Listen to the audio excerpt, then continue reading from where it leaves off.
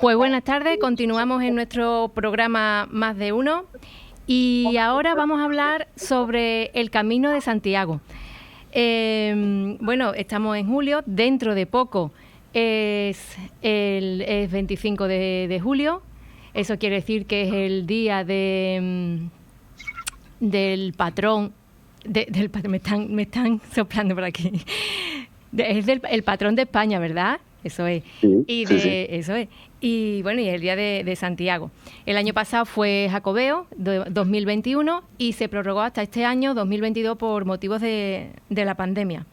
Aquí lo tengo. Es el día del apóstol Santiago. Bien dicho así. Bien. Y tengo conmigo hoy aquí a Antonio Céspedes, presidente de la asociación Villae Naevae Camino de la Frontera, Sí, y comendador de la Orden Santiaguista de Villanueva del Río. exactamente. Eso es. También tengo a Laureano Tomás, tesorero de la Encomienda de Santiago de Villanueva del Río y de la Asociación Villae Naevae de la Ruta Jacobea Camino de la Frontera. Buenas tardes. Ambos de Villanueva del Río. Exactamente. Es decir, bueno, Está bien dicho. Laureano es de Cantillana, ¿no? Sí. Vale. Y luego tenemos también pero ya por teléfono, lo tenemos por teléfono, a José Antonio. José Antonio, buenas. Buenas tardes. Bien. José Antonio, pues bueno, actualmente está jubilado y ha sido maestro y director del Colegio Miguel de Cervantes y Sí. es miembro de la Asociación de Amigos del Camino de Lora del Río. Así que tengo aquí a los tres que nos van a hablar sobre el Camino de Santiago y más concretamente sobre el Camino de la Frontera. Ajá, así es. Vamos a hablar sobre el Camino de la Frontera. Y comenzamos. Voy a empezar por ti, Antonio. Vale. ¿Por qué se considera o por qué se llama el Camino de la Frontera? Bien, en un principio, el Camino de la Frontera no deja de ser lo que era la banda morisca o la frontera que existía en todo el arco fronterizo entre el Reino de Castilla y el Reino de Granada, Ujú. que abarca desde la línea de la Concepción hasta Murcia, haciendo un arco describiendo por el Reino Antiguo de Granada. Ahí había una franja, que era la frontera, la banda, antigua banda morisca, y ahí había un montón de tira y afloja, os podéis imaginar, 250 años de frontera, y eso permitió que ahí hubiera una serie de interconexiones entre lo que es la cultura cristiana y la cultura musulmana, que crea una identidad y crea un movimiento y crea unas raíces. Ahí hay una serie de poblaciones fronterizas, Arcos de la Frontera, Jerez de la Frontera, Pruna, Algámita, todos durante la Reconquista fueron muy importantes porque eran un primer freno frente a las incursiones musulmanas y un punto de apoyo para las incursiones cristianas sobre tierras musulmanas. Después había una segunda línea de defensa, que serían las poblaciones más importantes, que estarían en ese ámbito, estarían Écija, Carmona, Lora, que servían de habituallamiento y de apoyo logístico para las poblaciones a pie de frontera. Y luego, evidentemente, había otro punto de apoyo más importante, que eran las capitales de los tres reinos, eran Sevilla, Córdoba y Jaén, y las cabeceras de las órdenes militares, la de Santiago, la de Alcántara y la de Calatrava. Todo eso hace un conglomerado de movimientos de tropas, de movimientos de comercio, de movimientos de habituallamiento para el esfuerzo de la guerra, que hace que nosotros lo documentemos de esa manera. Evidentemente, allí había que mantener un sistema de caminería que permitiera, tanto en la banda cristiana y en la banda musulmana, un mínimo de servicios de habituallamiento. Esos son los caminos de la frontera. Y está documentado a través de los castillos, fortalezas, torres atalaya, el castillo de Lora, que se está restaurando ahora, o se ha terminado de restaurar, o sea, del cual nosotros tuvimos el honor de colaborar también en su momento. Y después está un peregrino importante, que es el que justifica todos los caminos mozárabes, que son los caminos del sur sobre Santiago de Compostela. En este caso está Bernardo José de Aldrete, canónigo de la Catedral de Córdoba. Este hombre hace un itinerario muy sui generis, un hombre con poder económico, un canónigo de la Catedral de Córdoba, y hace un itinerario entre que llega de Córdoba a Écija, de Écija a Carmona, de Carmona a Villanueva, cruza la barca, continúa hacia el norte, llega a Constantina y después continúa a Zuaga, Trujillo y demás. Entonces, este hombre es el que escribe el itinerario y todos los caminos de Santiago del Sur se basan en este hombre, Bernardo José de Aldrete, de 1612. A partir de ahí, hilvanando este esfuerzo, nosotros, uniendo la banda morisca con el itinerario de Bernardo José de Aldrete, entendemos que había un medio de comunicación de todas las poblaciones de las órdenes militares con sus cabeceras, en este caso la Orden de Santiago.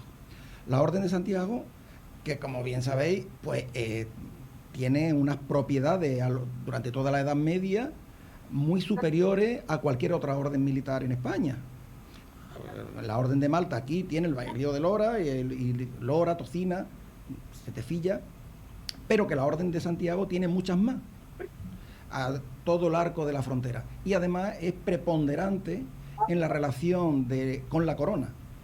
Si el gran maestre de la Orden de Santiago, Pelay Pérez Correa, pues es el gran conquistador con Fernando el Santo de todo el Valle del Guadalquivir, que es el que conquista, junto con el rey, Lora, Cantillana, Villanueva, Alcolea y todo el Valle del Guadalquivir, hasta prácticamente llegar a Tarifa. Eso hace que haya una continuidad histórica en cuanto a la caminería, porque las poblaciones había que asentarlas, había que dotarle de habituallamiento, por decirlo de alguna manera, y además había una comunicación expresa de los mercedarios y los trinitarios que se dedicaban a utilizar ese camino bajo el amparo de la Orden de Santiago para recuperar prisioneros cristianos. Es decir, la familia pedía autorización para solicitar un dinero a los vecinos para rescatar a su prisionero. Y entonces se lo entregaban a un mercedario o a un trinitario, y este hombre, trinitario o mercedario de un convento, se acercaba a Granada y se ponía en contacto con las autoridades musulmanas para recuperar a ese cristiano. Y si no tenía dinero suficiente, se ofrecía a cambio. Para hacer ese itinerario tenía que contar con el aval y el apoyo de las órdenes militares, y en este caso de la Orden de Santiago, porque si no, como llevaba dinero, lo robaban. Aprovechando, esto forma parte del título de la conferencia que voy a dar en noviembre en Los Santos de Maimona sobre la orden de la caminería, en la protección de la Orden de Santiago en la caminería en Andalucía.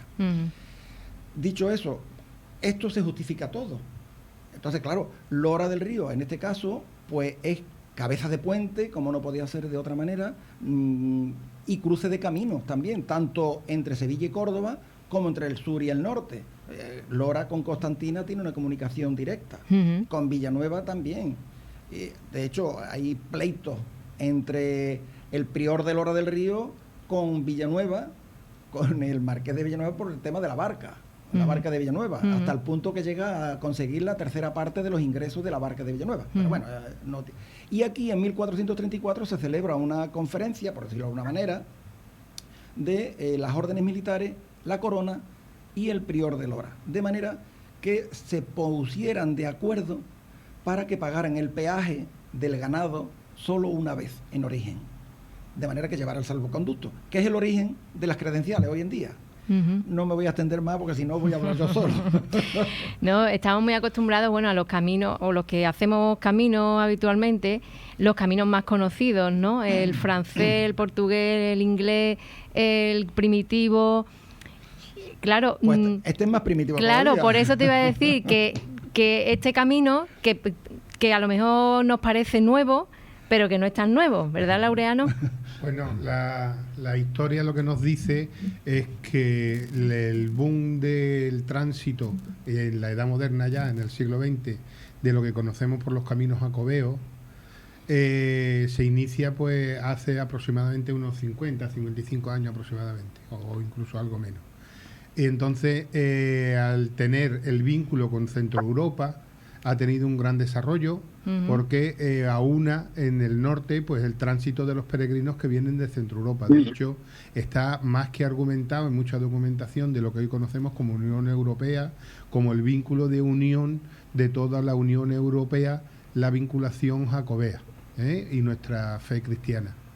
este vínculo, o sea, este camino de la frontera, del cual tratamos hoy, y muchos de los otros, o del resto de lo que llamamos mozárabes, que están en Andalucía, que parten de Almería, que parten de Málaga, etcétera, etcétera, no dejan de tener su origen, no en el peregrinaje en sí mismo hacia Santiago, tanto como acaba de explicar Antonio, en su origen en el función de suministro y abastecimiento de los acuartelamientos que entenderíamos hoy, es decir, de los puestos avanzados de todas las órdenes militares, tanto para la repoblación una vez conquistado el territorio como para el mantenimiento de esa frontera.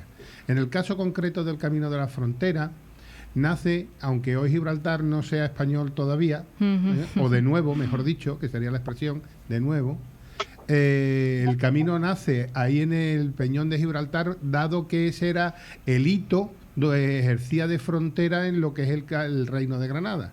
Hoy hablamos de la línea de la Concepción hoy, y entonces todos esos caminos, y si los miramos al revés, la historia nos dice que se crean los frates, que es el origen de la Orden de Santiago en Cáceres, conforme va bajando hacia el sur, lo que hemos denominado la Reconquista, y luego va generando asentamientos de encomienda, como es en Llerena, que se consolida como una gran sede de encomienda, mientras se va bajando hacia el sur, donde llegamos hasta el Algarve, mucho antes incluso que se funde el Reino de Portugal, llega a todo lo que hoy conocemos por Niebla, por Huelva, por Sevilla, como bien ha apuntado el comendador Pelay Correa, junto con el almirante Bonifaz, junto con el rey Fernando III, es el que sube por el río Guadalquivir y conquista Sevilla, o sea, y eso es Orden de Santiago. La Orden de Santiago está presente en todo el Aljarafe, Santiago está en Castilla de la Cuesta, Santiago está en lo que hoy conocemos por Valencina de la Concepción, etcétera, etcétera. Y por supuesto va avanzando a todo lo que es lo que hoy conocemos, que todavía queda ese resto que muchos no saben por qué. Existe un pueblo que se llama Jerez de la Frontera, Conil de la Frontera, sí. Chiclana de la Frontera, Morón de la Frontera, Vejer de la Frontera, etcétera, etcétera, etcétera. Y ese Frontera ha quedado a fecha de hoy inscrito como nombre, como topónimo de esos pueblos, en el origen aquel de ser la frontera del Reino de Granada con el Reino de Castilla. Y en base a ese traslado de lo que hoy llamaríamos el cuartel general de retaguardia o el cuartel de el puesto de mando avanzado, que quedó en la encomienda de Estepa, que Estepa también estaba en lo que era la frontera, entonces, y Villanueva del Río, que hubo en su tiempo, con tres funciones muy diferenciadas. Llerena era lo que se consolidó como capitalidad, porque estaba en territorio conquistado, nunca mejor dicho, en una retaguardia muy atrás, donde se consolida la población, se consolida las instituciones y demás. Luego Villanueva del Río está a la orilla del río Guadalquivir, donde hay prados, donde hay pastos, donde se puede criar ganado, donde se pueden asentar familias, donde hay agua, y es una retaguardia cercana a Estepa, donde los heridos, de hecho, quedan restos del hospital que se consolidó en Villanueva del Río, para el trato de los heridos y enfermos que hubiera en el frente, y una consolidación de la encomienda de Estepa, que sería lo que hoy sería el frente de guerra, no entendiendo como hoy vemos las guerras por la tele, sino donde las incursiones eran periódicas entre tanto los musulmanes en territorio cristiano como los cristianos en territorio musulmán, y ese territorio fronterizo era, como en todo conflicto, una línea muy movible. Entonces, nuestra situación hoy con el tema de la encomienda, habernos constituido como encomienda, pues porque entendemos que los caminos jacobeos tienen absoluta finalidad cristiana. Es decir, son un nexo de unión cristiano. Todo lo que hemos ido documentando y elaborando y asentando en la filosofía de la creación o la recreación de este camino va de puerta de una iglesia a puerta de otra iglesia. No vamos de lugar civil a lugar civil, sino después cada uno hace el camino con la vinculación que le estime oportuna. Pero el fondo, que es jacobeo, que es santiaguista, que es cristiano, Pues entonces las etapas están diseñadas de puerta de una iglesia a puerta de una iglesia. Que en el caso concreto de aquí de Lora del Río, el inicio final de etapa está en la puerta de la iglesia de Nuestra Señora de Asunción. Sería el inicio y final de etapa aquí en Lora del Río. Ahora voy contigo, José Antonio. Sí. José Antonio. Estaba embobado escuchando a estas dos personas porque la cantidad de datos que aportan es impresionante. Sí, He tenido el gusto de conocer a una de ellas, Antonio Céspedes. No tengo todavía el gusto de conocer a la otra, pero es apabullante como saben de este tema. Pues sí. José Antonio, la asociación que tú perteneces, la Asociación de Amigos del Camino de Santiago de Lora del Río, estáis haciendo ahora precisamente el Camino de la Frontera, ¿es así? Sí, efectivamente. Llegamos en junio, llegamos a Nuestra Señora de la Asunción como última etapa antes de descansar ya hasta octubre, el 8 de octubre, que comenzamos con Lora del Río, Villanueva del Río y Mina, la siguiente etapa, sí. ¿Y qué os está pareciendo? Bueno, como es una experiencia nueva a la que yo accedí, digamos que entre comillas por casualidad, porque ya tenía el documento de Bernardo Bolsón de Aldrete en mis manos y llegó por casualidad un documento de Diputación en que se hablaba del Camino de la Frontera.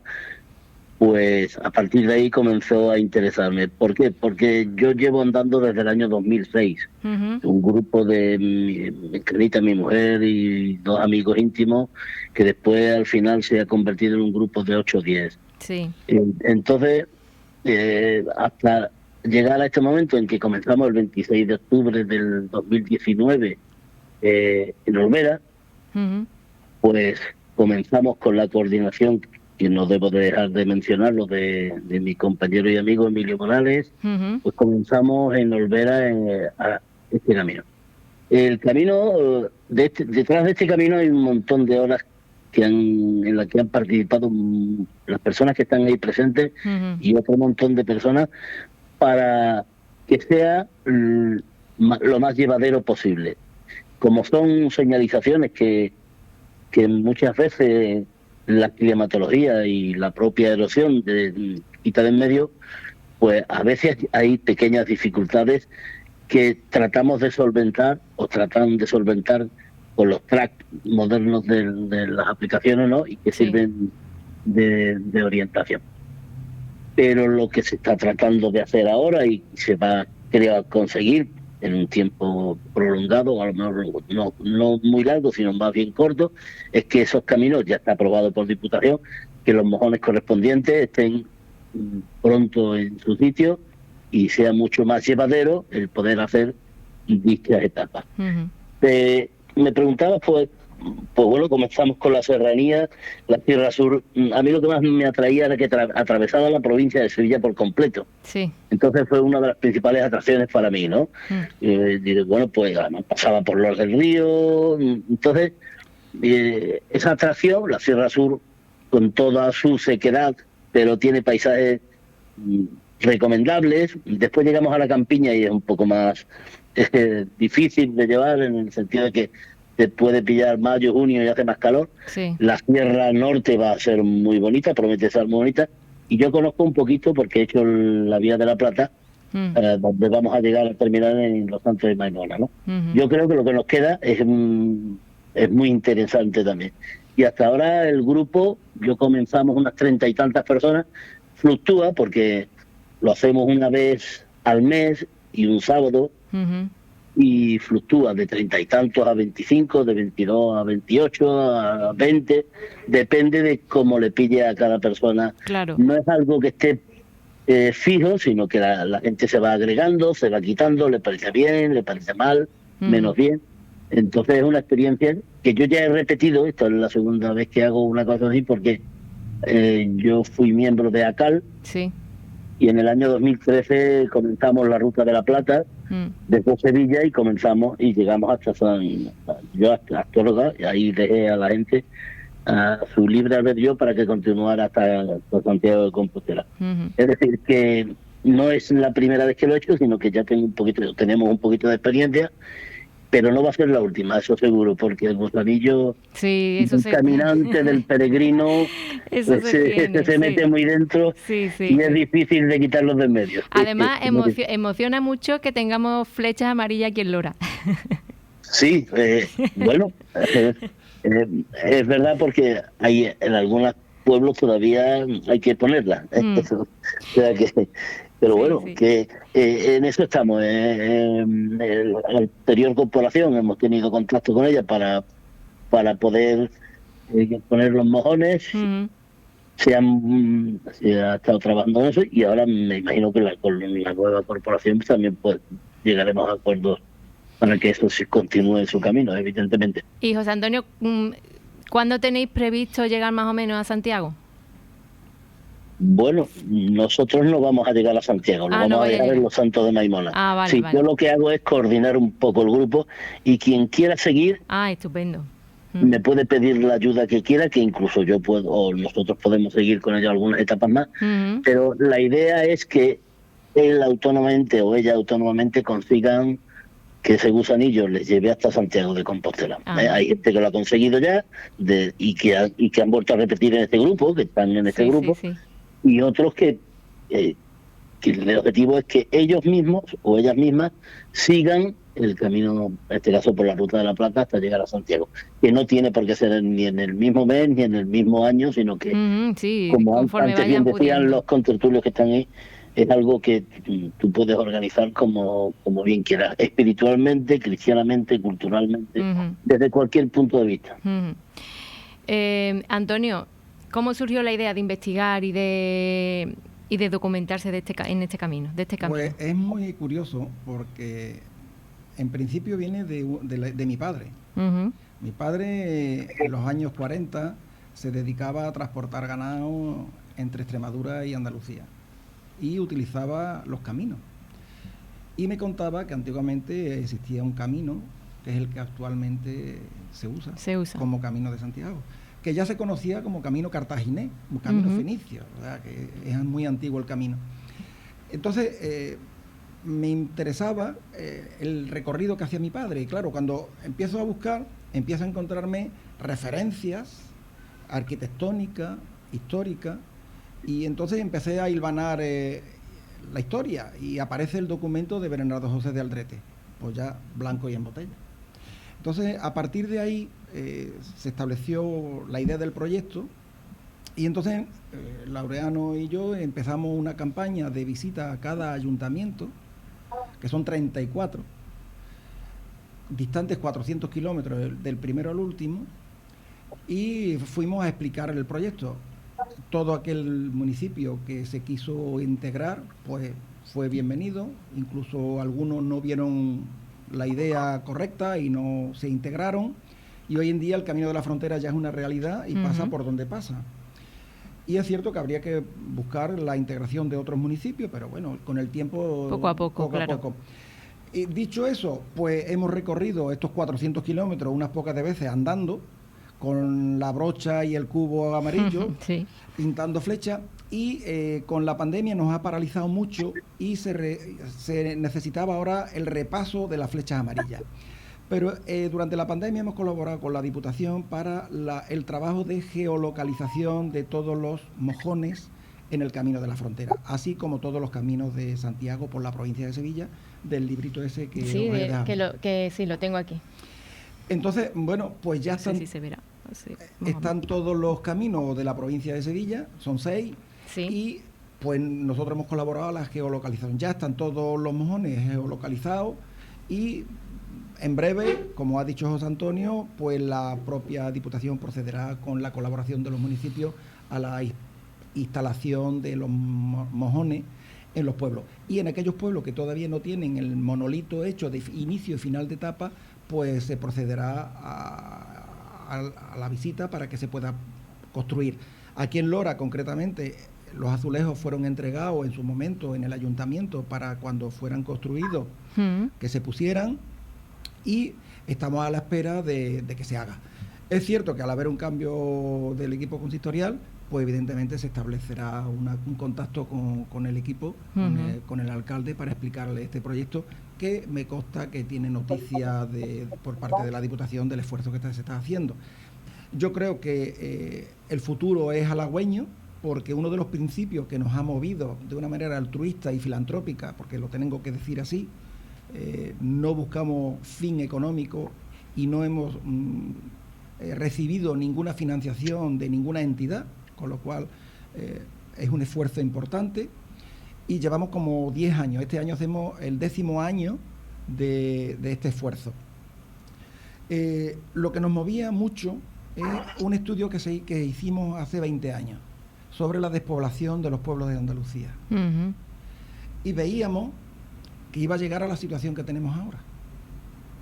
Entonces nosotros hemos buscado revulsivos, que este camino no va a resolver el problema, pero sí va a ayudar a canalizar, dinamizar y a proyectar nuestros pueblos de cara a que puedan dinamizar eso que estamos hablando, la gastronomía, el patrimonio y la riqueza cultural que tiene cada pueblo, que es impresionante. Es que el camino a nivel económico es muy importante. Claro, pero nos lo tenemos que creer también. Claro.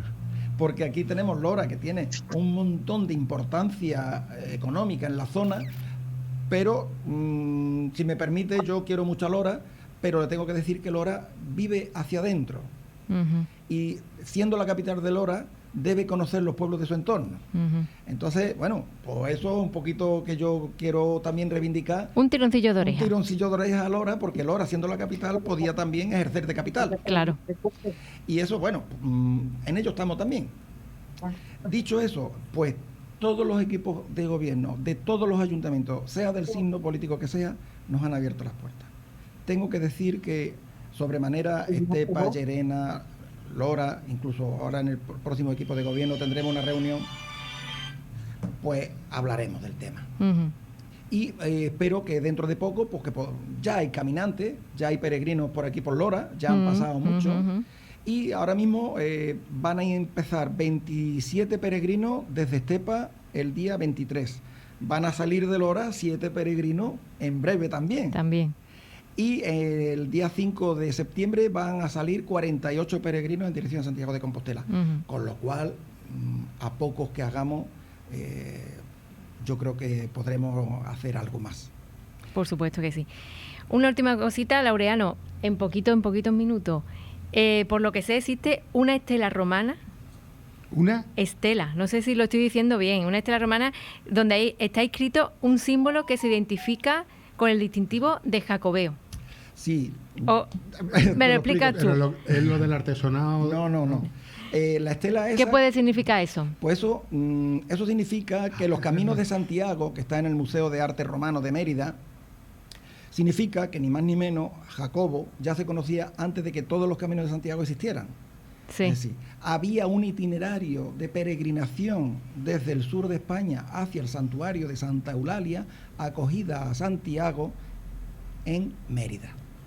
Y ese lo recoge la tradición y lo recoge la Orden de Santiago, cuyo patronazgo los fratres de Cáceres se encomiendan a Santa Eulalia.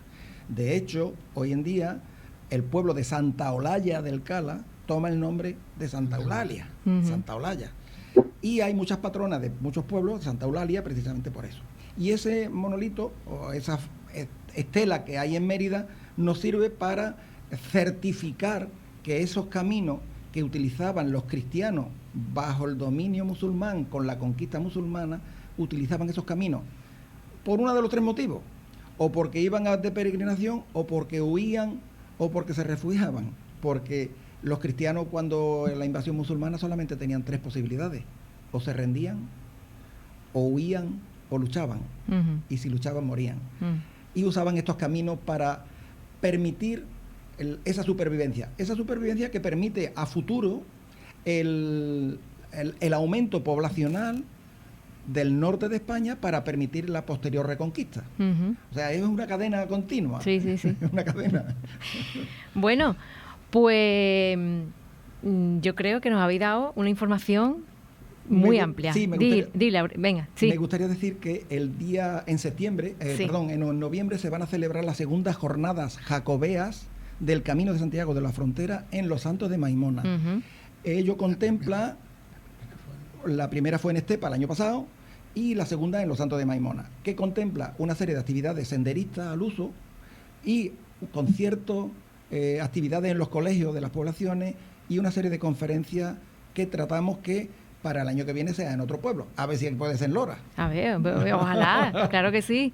Laureano. Yo quería añadir, dado que me has presentado como tesorero de la encomienda, sí, la parte económica, que es la que, como ha ido apuntando en el interés de nuestro primitivo objetivo, viendo las posibilidades que había de despoblamiento y de decaimiento de la economía, tanto en la zona norte de la provincia de Sevilla como en la zona sur, etcétera, etcétera, pues que esto puede significar un revulsivo en algún sitio, una generación de actividad económica, que estamos en el siglo XXI, no nos equivoquemos, dentro de que nosotros perseguimos nuestro objetivo cristiano, nuestro objetivo de introspección, etcétera, etcétera, pero al final también, si sirve para un movimiento económico, que es lo que echan en falta muchos de los dirigentes políticos, que en las reuniones que hemos ido generando con las alcaldías, en las distintas sucesivas reuniones a lo largo de todo este proyecto, nada se hace en un momento. Claro. Pero yo siempre les planteo una cosa, tampoco hacen falta grandes inversiones. Es decir, hay pueblos como Lora, porque ya que estamos aquí, que tiene infraestructura, como puede ser hoteles, hostales, puede haber casas que arrienden habitaciones y tal, todo eso puede dar cobijo a peregrinos. Hay más que suficiente, lugares de hostelería para comer, cenar, establecerse, comprar comida, etcétera, patrimonio. y patrimonio para visitar, estar y quedarse unos días, por poner un ejemplo de eso. Y hay pueblos donde no tiene esa infraestructura, pero es muy raro a fecha de hoy que un pueblo no tenga instalaciones deportivas, con duchas. Pues con una mínima inversión, que quepan 6 camas, las duchas del polideportivo ya están construidas. Solo hay que abrirle una puerta con 2 cerraduras. Una que se cierra para que los lugareños usen el polideportivo y otra para cerrarlo en el horario que lo usen los peregrinos. Y ya está. No hay que enfrascarse en que hay que buscar millones de euros en construir un albergue, buscar personas para el albergue, etcétera, etcétera. Ojalá haga falta un albergue de 100 plazas. Pues señal de que pasan miles de peregrinos toda la semana. Sí. Pero que no hacen falta grandes inversiones para dar servicio. Y sobre todo dar iniciativa en esos sitios. Si el ayuntamiento no puede hacer incluso eso, siempre habrá 3 vecinos con una casa grande con 4 habitaciones que den acogida a los peregrinos. No estoy diciendo que lo hagan gratis, claro. que también, pero puede generar un movimiento económico. Y si a la gente se la trata bien y a gusto, porque al final van a estar un día normalmente un peregrino en una localidad, si lo tratan bien, eso se difunde una barbaridad. Y hoy, existiendo las redes sociales, más todavía. Y eso da lugar a movimiento económico, que es el último objetivo que siempre persigue cualquier autoridad municipal o local, etcétera, etcétera, buscando en todo esto. Totalmente. Es lo que quería apostillar. Bueno, pues nos tenemos que despedir. Yo invitaría a todo el mundo a que hiciera el Camino de Santiago, al menos una vez en la vida. Perdona, ya que lo estás diciendo, es que lo hemos comentado off the record, como es decir, lo de la radio, fuera de micrófono. Nuestro camino, por el lugar geográfico que ocupa, nuestra recomendación de transitarlo, por razones obvias, y estamos en pleno mes de julio, es del mes de octubre al mes de mayo, donde el clima de nuestra comarca o de nuestra provincia o de nuestro lugar permite hacerlo bastante más cómodamente. No del mes de mayo al mes de octubre, donde tenemos las temperaturas que tenemos, y por desgracia ya hemos lamentado en años pasados personas pues que incluso llegan a fallecer por desconocer dónde se encuentran, a pesar de la grandísima información que se facilita para el tránsito de toda esta zona. Muy bien. José Antonio. Sí.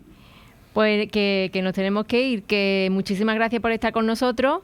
Mira, déjame 2 segundos. Quiero agradecer a muchas personas a lo largo de este camino, desde Olvera hasta Lora del Río, que nos han ayudado de cualquier forma lo han hecho, y lo han hecho desinteresadamente.